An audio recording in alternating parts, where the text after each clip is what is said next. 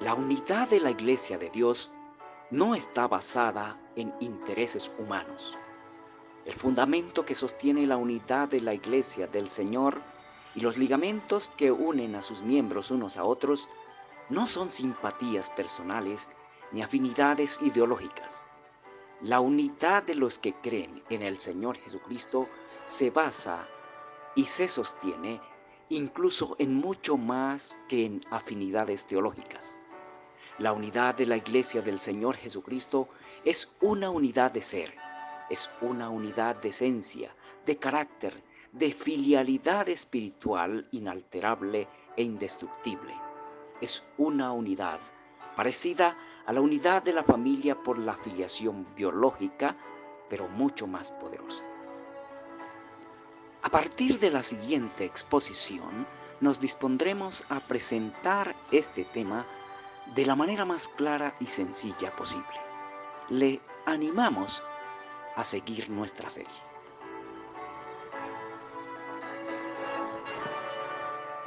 Juan capítulo 17, versículos 20 al 23. El modelo de la unidad de los discípulos del Señor Jesucristo. La unidad de la Iglesia del Señor no está basada en intereses humanos. Es algo que nosotros debemos tener muy presente. El fundamento que sostiene la unidad de la Iglesia del Señor y los ligamentos que amarran sus miembros unos a otros no son simpatías personales ni afinidades ideológicas.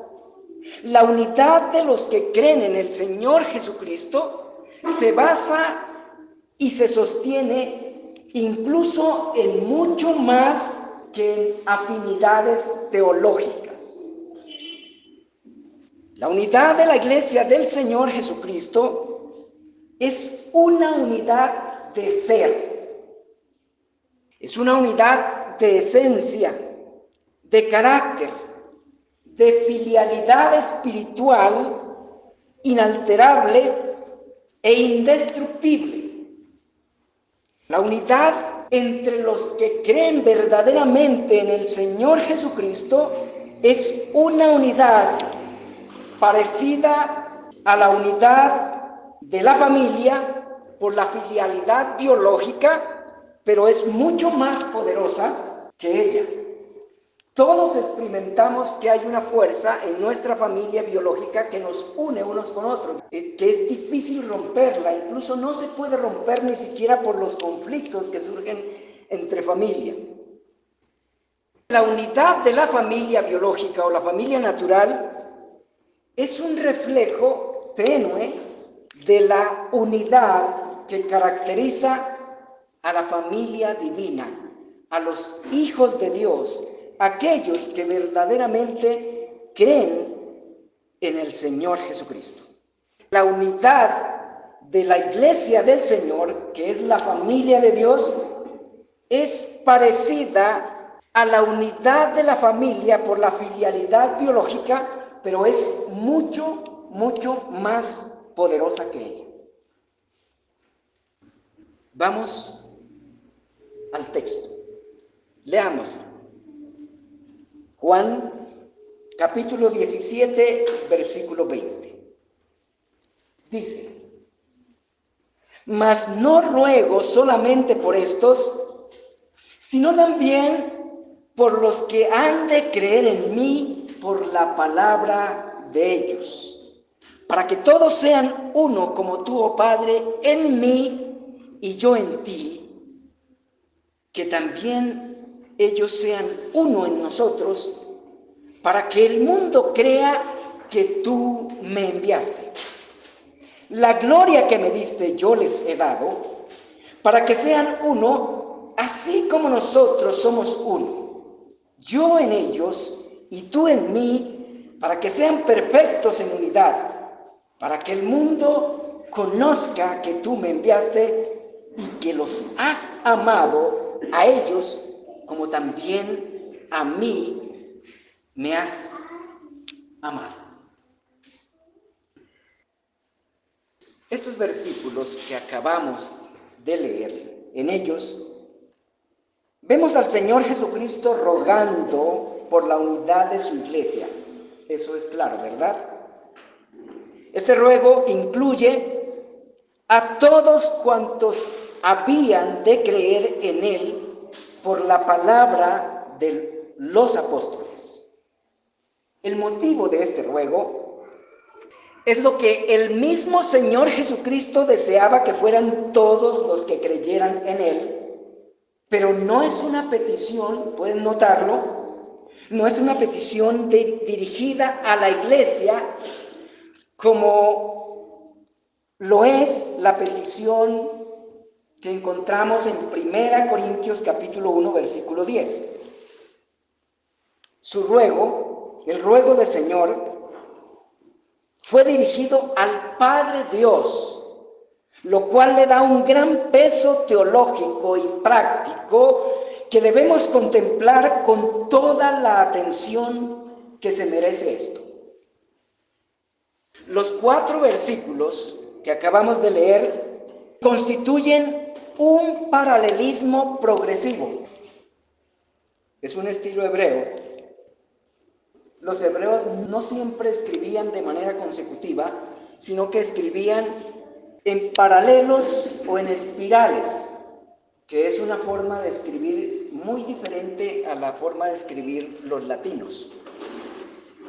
Por eso algunas partes de las escrituras se nos hacen difícil entenderlas, porque se dice la misma cosa 2 veces, 2 o 3 veces, pero en diferentes palabras. Y esto es lo que ocurre aquí en estos 4 versículos. Los 4 versículos contienen un ruego y constituyen un paralelo progresivo.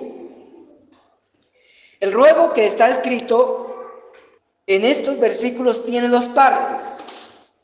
La primera parte de ese ruego está conformada en los versículos 20 y 21. La segunda parte de este ruego la tenemos en los versículos 22 y 23. Y esta parte es una ampliación del ruego y de los propósitos mencionados en los 2 versículos anteriores. Es decir, es lo mismo, pero de una forma más amplia y con términos complementarios a los términos usados en la parte primera. En este ruego hay asuntos de muy alta importancia para la unidad de la iglesia. Asuntos que debemos procurar comprender con la máxima claridad.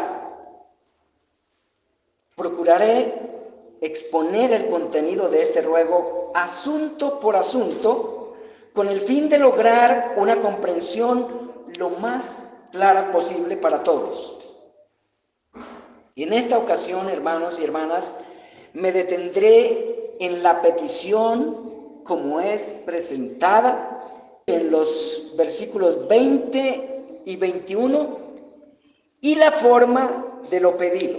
Únicamente me concentraré en eso.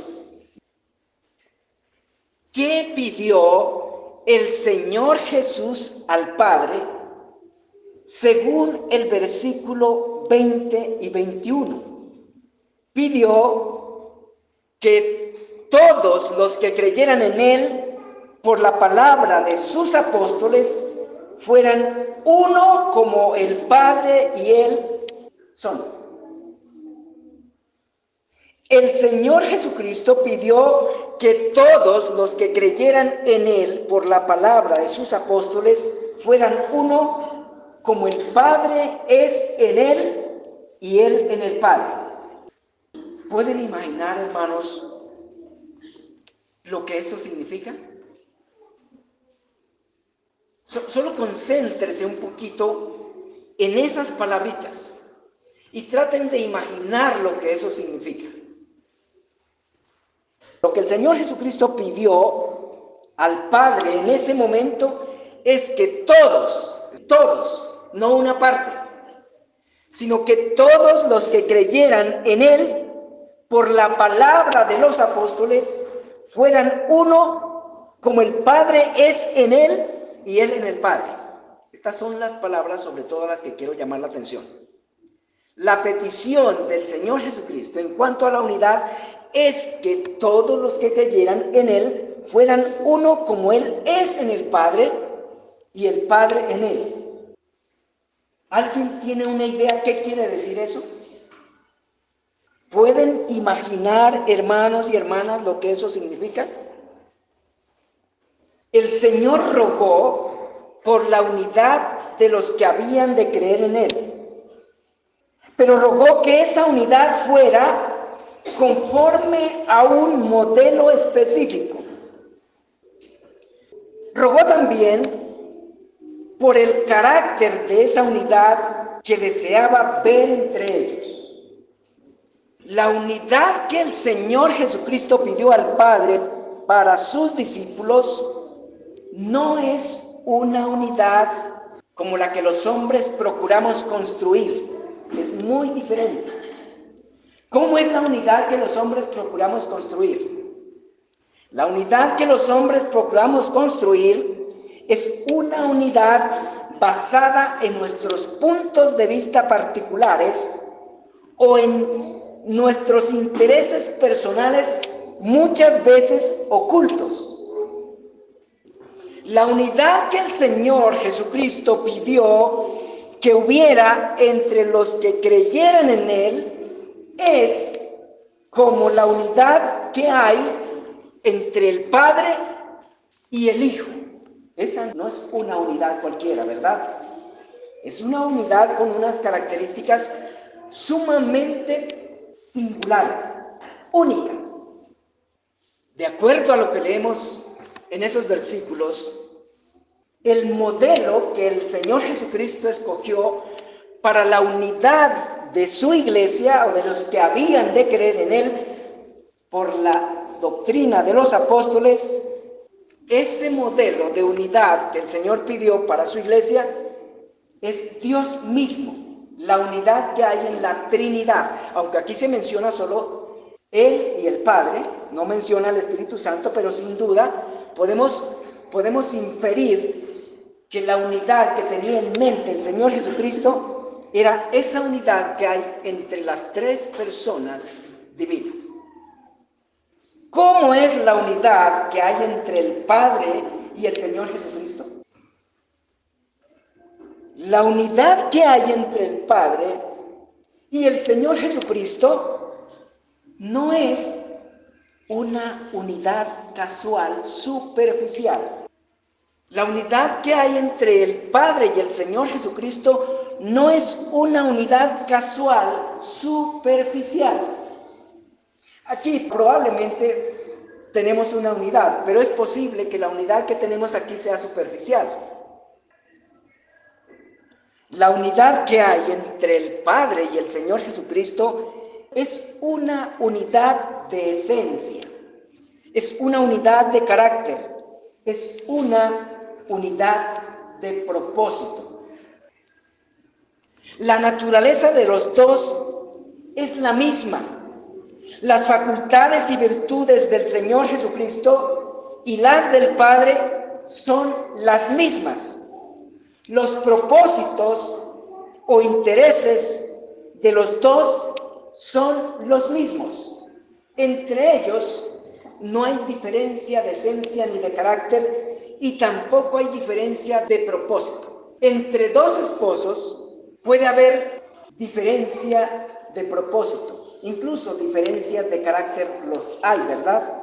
Pero entre el Padre y el Hijo no hay diferencia ni de naturaleza, ni de carácter, ni de propósito. En segundo lugar, la unidad que hay entre el Padre y el Señor Jesucristo es una unidad de amor filial. Esto sí lo comprendemos un poco con más claridad. Sabemos que es el amor filial, ¿verdad? El amor que nos sentimos entre familia, entre hermanos, entre papá, hijo, entre hijo y papá o hijo y mamá, entre hermano y hermana. entre hermano y hermano, ¿verdad? Eso es amor filial. De eso tenemos algo de experiencia y de conocimiento práctico. La unidad que hay entre el Dios, el Padre, y el Señor Jesucristo también es una unidad basada en un vínculo de amor filial irrompible. El amor que los une, que une al Padre y al Hijo, es un amor de padre a hijo y de hijo a padre. Dios el Padre nunca puede renunciar a ser Padre del Señor Jesucristo, y el Señor Jesucristo tampoco nunca puede dejar de ser hijo del Padre. ¿Ocurrirá eso alguna vez? De manera que la unidad que hay entre Dios el Padre y el Señor Jesucristo es una unidad de amor filial irrompible. Y en tercer lugar, la unidad que hay entre el Señor Jesucristo y el Padre es una unidad existencial. Esto es más difícil de comprender que lo anterior, pero es real. La unidad que hay entre Dios el Padre y el Señor Jesucristo es una unidad en la que uno subsiste en el otro, sin perder la distinción personal entre el uno y el otro. Es una unidad en la que al contemplar a uno se puede ver al otro sin confundir al Padre con el Hijo o el Hijo con el Padre. Esto es más complejo, ¿verdad? Pero está en el texto revelado.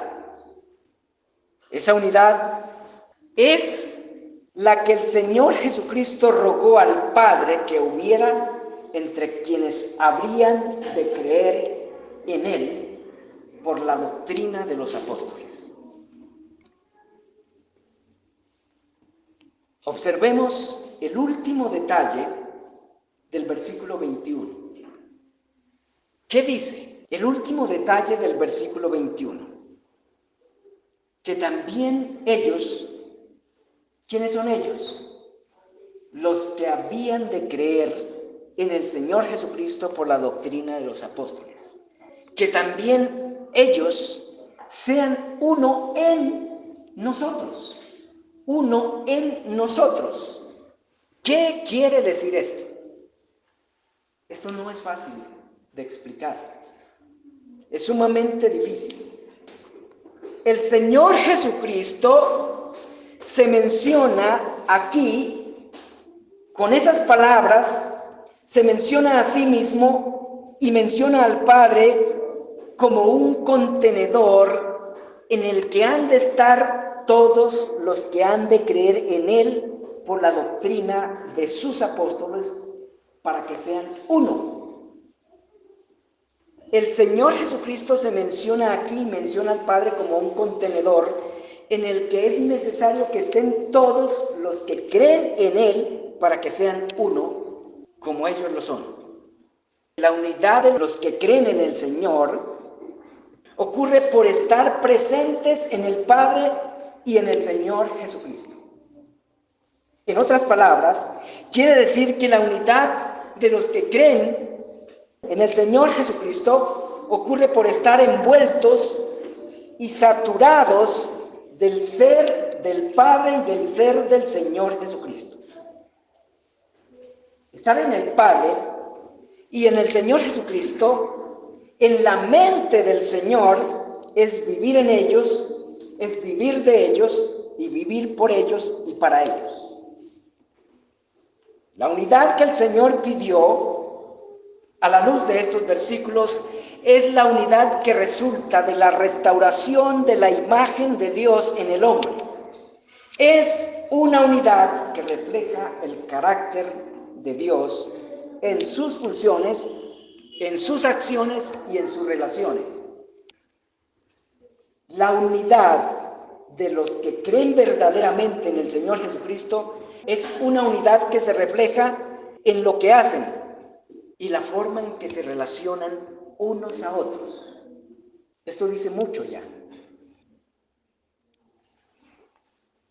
Hasta aquí he hablado de las características de la unidad que hay en el Padre y en el Hijo, unidad que el Hijo pidió que así fuera la unidad de los que habían de creer en Él por la doctrina de los apóstoles. Ahora me referiré a los integrantes de esa unidad pedida por el Señor Jesucristo. ¿Entre quiénes ocurre esta unidad? Esa unidad descrita en la misma unidad del Padre y del Hijo.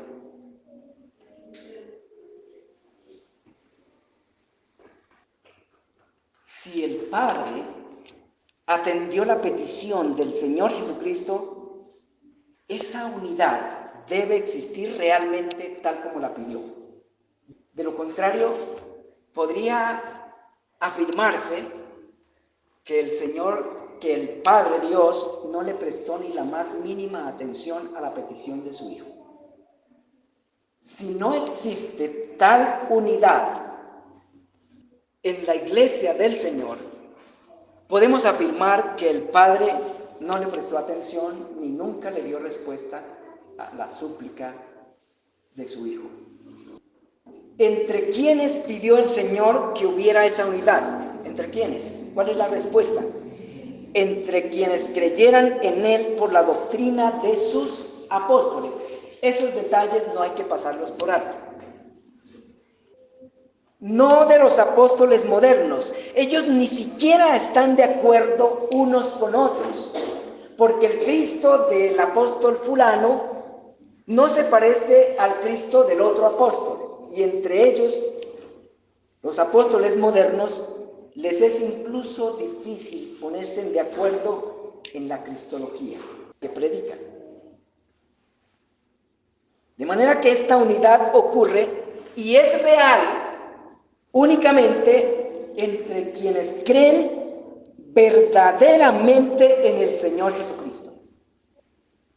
Esta unidad ocurre y es real únicamente entre quienes de manera consciente viven envueltos en el ser del Padre y del Señor Jesucristo. Los que están envueltos en su amor, en su paciencia, en su misericordia, en su perseverancia, en su benignidad, etcétera, etcétera, para no nombrar sino algunos de los atributos del carácter de Dios y del Señor Jesucristo. Esta unidad ocurre únicamente entre quienes viven dependiendo del Espíritu y la palabra de Dios el Padre y del Señor Jesucristo, enseñada por los apóstoles, no de los puntos de vista de este o aquel pastor. Porque tenemos que decir con vergüenza que los pastores muchas veces, la unidad por la que estamos trabajando, por la que trabajamos, es por una unidad alrededor de nosotros, una unidad alrededor de nuestros puntos de vista particulares y no una unidad alrededor de Cristo y su palabra. Esta es una realidad vergonzosa, pero es algo que está pasando. La unidad que el Señor pidió al Padre se realiza únicamente entre quienes viven para agradar al Padre y al Señor Jesucristo y a nadie más. Esta unidad ocurre y se consolida y se hace visible únicamente entre quienes en verdad viven conforme al Evangelio del reino de Dios dado a los apóstoles del Señor Jesucristo y predicado por ellos. De manera que podemos decir que donde la unidad es frágil o se rompe, alguien no está agarrado de la doctrina de los apóstoles, o alguien no está viviendo conforme al Padre y conforme al Hijo. La unidad de los que creen en el Señor Jesucristo por la doctrina de los apóstoles está basada no en la obra de los pastores, no en la obra de ningún ser humano. La unidad que pidió el Señor Jesucristo para los que creyeran en Él está basada en la obra que Dios realiza a favor de ellos ante la justicia del cielo y la que hace en la esencia del ser de quienes la conforman. No es una unidad circunstancial que se rompe a causa de las diferencias teológicas que hay entre quienes la conforman. No. La unidad de los que en verdad creen en el Señor Jesucristo está basada en el vínculo filial espiritual dado por el Padre en el Señor Jesucristo a partir de la adopción. Todos los que creen verdaderamente en el Señor Jesucristo han sido adoptados por Dios como hijos. ¿Eso es verdad? ¿Esa es una doctrina bíblica? Lo es. De manera que a partir de esa adopción, toda persona, hombre o mujer, niño o adulto, que en verdad cree en el Señor Jesucristo ha sido hecho hijo de Dios y comparte una paternidad divina a partir de ese momento, una paternidad irrompible, irrenunciable, porque así como ningún padre puede renunciar a ser padre después que adopta, y ni siquiera es permitido, ¿verdad? Así es la unidad que hay entre los que en verdad han creído en el Señor Jesucristo. Es una unidad basada en la adopción otorgada por el Padre a cada uno de los verdaderos miembros de su iglesia. Es una unidad de ser, es una unidad de espíritu, una unidad de sentir, es una unidad de pensar, es una unidad de obrar en el espíritu del Padre y del Señor Jesucristo. La unidad que hay entre los que en verdad creen en el Señor Jesucristo, conforme a la doctrina de los apóstoles, no es una unidad que se pueda romper a causa de las circunstancias. Como no se puede romper la unidad esencial que hay entre los miembros de una familia, tampoco se puede romper la unidad que Dios ha construido entre los que Él mismo adoptó como sus hijos. La unidad entre los que creen en el Señor Jesucristo, de acuerdo a la doctrina de los apóstoles, es imposible que se rompa, porque no es una unidad que depende de lo que los discípulos del Señor son y hacen en sí mismos. Es una unidad que depende de lo que Dios y el Señor Jesucristo hace para, en y en ellos. La unidad de los que creen en el Señor Jesucristo es irrompible también porque es el mismo Padre quien la construye y la mantiene por amor a su amado Hijo. La unidad de los que creen en el Señor Jesucristo es irrompible porque Dios les ha dado la capacidad de amarse unos a otros de la manera que fueron amados por el Padre y por el Señor Jesucristo. Ese amor es el amor del Padre y es el amor del Hijo obrando en ellos, en cada uno de los creyentes, y ese es el amor que los capacita para cerrar las fisuras que por influencia de Satanás y por sus propios pecados en ocasiones se abren. Y termino con esto. Un hijo de Dios en el sentido redentivo no puede dejar de ser hermano de los demás hijos de Dios. Tampoco puede aborrecer de manera definitiva a otro hijo de Dios. Puede que se enoje en algún momento contra él o con él, pero el Espíritu mismo del Señor Jesucristo, el espíritu de adopción que recibió del Padre, no lo dejará permanecer enojado contra otro hijo de Dios para siempre. Y si alguien se considera hijo de Dios y mantiene un enojo permanente contra otros hijos de Dios, ¿qué puede indicar eso? Según la doctrina que Juan mismo nos presenta en la carta sobre esta verdad de la que estoy hablando. ¿Qué dice Juan de los que aborrecen a los otros hermanos? Es mentiroso. La verdad no está y la verdad no está en él. Pueda que presuma ser hijo de Dios, pero repito, un hijo de Dios le es imposible aborrecer a otro hijo de Dios permanentemente. Pueda que se enoje, pueda que se disguste en algún momento por algo, pero su enojo no va a permanecer, porque el mismo espíritu de adopción le va a impedir y lo va a redarguir y lo va a impulsar a buscar la reconciliación con el otro hijo de Dios. Esas son verdades irrefutables, verdades teológicas bíblicas a las que debemos agarrarnos con toda firmeza, porque sí nos enojamos unos con otros, pero tan pronto surge el enojo de un hijo de Dios contra otro, lo primero que tenemos que hacer, si nos creemos hijos de Dios, es voltear la mirada hacia nosotros mismos y empezar a trabajar con ese enojo, porque Dios mismo no va a admitir que aborrezcamos a otro de sus hijos y que permanezcamos enojados para siempre con nuestros hermanos.